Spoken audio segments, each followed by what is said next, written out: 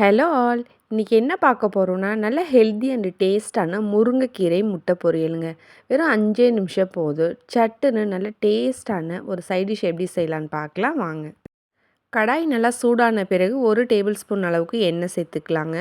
காரத்திற்கு ஏற்ப 3 பச்சை மிளகாயை வந்து சின்ன துண்டா நறுக்கிட்டு சேர்த்துக்கோங்க.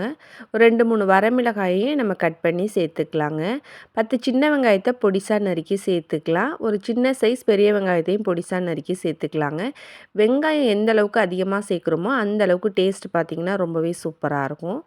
வெங்காயம் நல்லா வதங்கின பிறகு நம்ம மசாலா ஐட்டம்ஸ் ஆட் பண்ணிக்கலாங்க. 1/4 டீஸ்பூன் மஞ்சத்தூள், 1/2 டீஸ்பூன் சோம்புத்தூள், 1/4 டீஸ்பூன் சீரகத்தூள் சேர்த்துட்டு எல்லாத்தையும் நல்லா வதக்கிக்கலாங்க.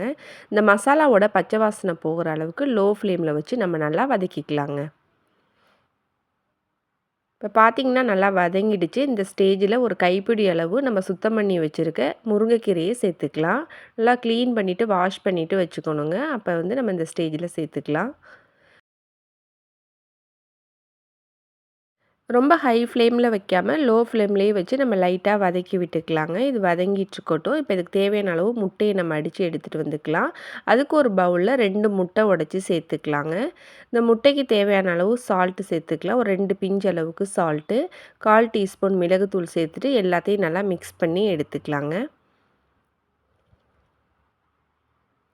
நம்ம இதை மிக்ஸ் பண்ணிட்டு வரத்துக்குள்ளே முருங்கைக்கீரை ஓரளவுக்கு நல்லா வதங்கிடுச்சு. இந்த ஸ்டேஜில் வந்து நம்ம தேவையான அளவு உப்பு சேர்த்துக்கலாம். உப்பு ஆரம்பத்திலேயே சேர்த்தோம்னா கீரை அதிகமாக இருக்க மாதிரி இருக்கும். ஆனால் வந்து வதங்கி வந்த பிறகு ரொம்ப கம்மியாக இருக்கும் கீரை. ஸோ உப்பு அதிகமாகிடுங்க. அதனால் கீரை நல்லா வதங்கின பிறகு உப்பு சேர்த்து நல்லா மிக்ஸ் பண்ணி விட்டுட்டு நம்ம கலந்து வச்சுருக்க முட்டையை வந்து இது கூட சேர்த்துக்கலாங்க. இப்போ இது மேலே வந்து ஒரு மூடி வச்சு ஒரு நிமிஷத்துக்கு அப்படியே க்ளோஸ் பண்ணி வச்சிடலாம். அதுக்கப்புறமா நம்ம வந்து கிளறி விட்டோம்னா முட்டை ரொம்ப உதிராமல் நல்லா குண்டு குண்டாக நல்ல பொரியலாக நமக்கு கிடைக்குங்க. அதுக்கு தான் இந்த ஸ்டெப் பண்ணுறோம். இப்போ வந்து அடி பிடிக்காமல் நல்லா வந்து முட்டையை நல்லா கிளறி விட்டுக்கலாங்க. கொஞ்சம் நல்லா வதங்கின பிறகு ஒரு 2 டேபிள் ஸ்பூன் அளவுக்கு உள்ள தேங்காய் துருவலை சேர்த்துக்கலாம். தேங்காய் துருவல் நல்ல டேஸ்ட்டு கொடுக்கும். இப்போ எல்லாத்தையும் சேர்த்துட்டு மீடியம் ஃப்ளேமில் வச்சு நல்லா கிளறிக்கலாங்க. முட்டை ஓரளவுக்கு வெந்து வந்த பிறகு நம்ம ஃப்ளேமை கொஞ்சம் லைட்டாக ஹையில் வச்சுட்டு நம்ம நல்லா கிளறி விட்டோம்னா நல்லா குண்டு குண்டாக நல்லா உதிரியாக டேஸ்ட்டாக நம்மளோட முருங்கைக்கீரை பொரியல் சூப்பராக ரெடி ஆயிருங்க. ரொம்ப குயிக்காக செஞ்சிடலாம். டேஸ்ட்டு பார்த்திங்கன்னா ரொம்பவே நல்லாயிருக்கும்.